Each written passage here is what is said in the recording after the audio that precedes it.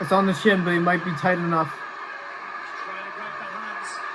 Yay! Alright, what's going on, everybody? So UFC Rio just finished. It was a very good event. It was a lot of finishes. The Rio crowd brought the energy, and the Brazilian fighters brought the fights.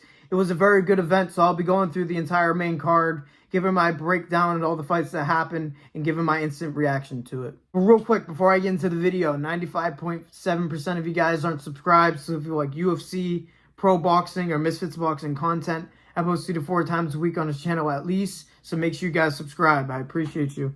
First fight of the night was Ramos versus Offley. Now, this was a very good grappling match right off rip.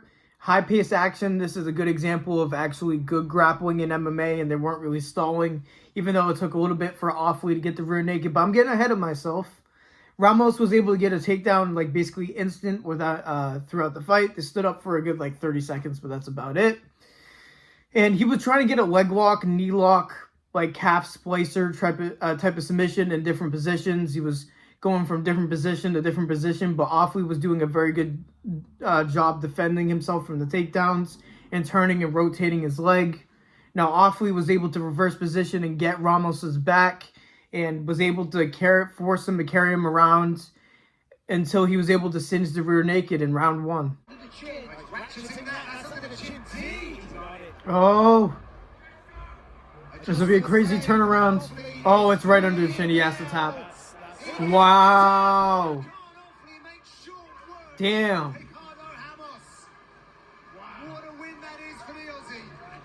Yeah, great defense on the leg lock, and he was able to get his back. Good work there. Crowd is not happy, but it is what it is. Next fight, Denise versus Pinto. Now, usually from my local knowledge, the people that I know with the last name pronounced or spelled like that was Pinto, but apparently it's Pinto, because that's what Bisbing was saying the entire time, but I guess if he's just dead wrong and nobody was correcting him. I don't know, but Pinto was able to get a takedown early and control in the entire first round. He was able to get a crucifix and almost got a Kimura lock at one point. He was very dominant the entire fight. The random hair floating in the air. Pinto was able to smother him all round 2 also. He was able to land some nasty elbows. There was a couple times where Denise tried to reverse position but got dominated right back into position. And he just kept landing nasty elbows, and then he eventually got the TKO win in round 2. Yeah, he's not defending himself. Oh, he's bleeding bad. There it is. God, that was domination, man. Hey, a Portuguese fighter winning. Hey, we don't see that often, even if it wasn't the most entertaining way. He was trying to cause damage at least. Damn, that's brutal. But there we go. We finally have a Portuguese fighter with motion in UFC, even though it wasn't the most entertaining performance.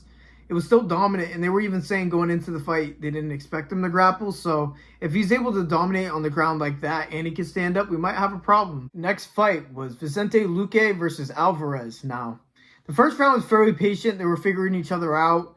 Alvarez was just working his jab. Then he eventually accidentally poked Luque in the eye with his thumb, which apparently was a legal shot that could have ended the fight right there, but they didn't, and they continued the fight. And Luque was working very hard low kicks early in this fight. He probably has some of the nastiest low kicks in the UFC, but he wasn't doing it enough, not working it enough, but he obviously didn't want to overexert it and make it obvious. He was also finding his straight right a good amount, especially in round 2, because I don't know, Alvarez was trying to walk him down the entire time, and sometimes he would just get caught sleeping, and Luque landed a hard right hand, but Alvarez took him, to be fair, but he shouldn't be taking those shots by better opponents in the rankings. I'm just saying he should be more careful. Now, Alvarez was really just working his jab and front kicks to the body, which I think ended up gassing Luque as the fight went on, because every single time that Luque got stung and he shot, he just got absolutely dominated on the ground. Alvarez looked very good. He looked incredible in this fight. He had smooth transitions on the ground. Whenever Luque would turn over, he would instantly turn and get his back in half a second. He would have no hesitation with his transition, trying to cause as much damage as possible. But fair play to Luque, he was able to survive the entire round. And then Luque tired shot in round 3 and didn't just instantly got reversed. And then got held in a reverse triangle all round 3. So yeah, dominant performance from not Eddie, but is it Joel Alvarez? it's a very dominant performance. And if he's that balanced and he's that long, he can work his jab, has a nice front kick, and he's dominant on the ground, he's going to be very good. So we'll see. Now for the co-main event, Deiveson Figueiredo versus Montel Jackson. Now this fight was very frustrating on the side of Montel Jackson. Figgy was just able to dominate him on the ground. I don't know if Jackson was just scared of the takedown the rest of the fight because he really wasn't letting his hands go. Jackson was faster than Figgy. He was longer, but he just didn't want to take the chances. He would just really throw a 1-2 and a hard low kick. And he does have a hard low kick, and his 1-2 is fast, but he didn't throw in combination past that. Or like he would just throw single shots. It wasn't good, and Figueiredo was able to rock him with a lead right hook at the end of the round, so maybe him getting stung, he just felt like he couldn't do anything. Past round 1, he just lost all confidence, but Figgy was able to land a takedown in early round 2 as well, but Jackson was able to get up, and most of the round was standing, and Jackson was just cautious and just didn't throw. And the third round was even worse, the round where he really needed to finish. You could hear his corner screaming at him. And Figgy was just circling around the ring. He wasn't doing anything special. He didn't really throw any counter shots, really. He just circled and got out of the way of Jackson's shots. And he really just threw low kicks, and that's it. He just whiffed single shots or his 1-2. He didn't throw in combination. He just didn't throw with any confidence. And it's very unfortunate because I feel like he's a very talented fighter. But it seems like he needs more work, and he can't let himself feel so defeated after only one round of MMA. He could have fought his way back into round 3 if Figgy didn't go for the takedown, but Figgy probably could have if he got stung. So he was just either cautious of the takedown, injured, or I don't know, he just didn't want to engage, which is sad. But great win by Figueiredo. He should be right back in the top of things in that division. All right, now for the main event, Charles Olivera versus Gamrot. Now, man, I tried to say, even though I didn't do a prediction video, I did a TikTok live stream. I've been live streaming the prelims, so if you want to see that, go check out my TikTok, Ryan X Royalty. But anyways, I was trying to tell people this was going to be a people forget moment. I did think it was going to be a decision, to be fair, but Charles Olivera looked dominant in this fight. I just knew it was going to be a difference in skill. I just feel like Charles is still one of the best lightweights on the planet, but obviously Elias Poirier is just different and has crazy power, which is a very, very bad thing to have against Charles de Bronx. But he redeemed himself here, and he showed he belongs where he does because he dominated him, like I said. In round 1, he started off active, front kicks to the body, low kicks, pushing Gamrot back, and Gamrot shot for a takedown, which was a major mistake because Charles dominated him and controlled him all of round 1, taking his back, forcing Gamrot to stand up and hold his weight, going back down. And even though Charles didn't get the finish in the first round, he absolutely dominated him. He smoothly transitioned to his back, transitioned to half guard, side control, all that. Easy work for Charles Olivera.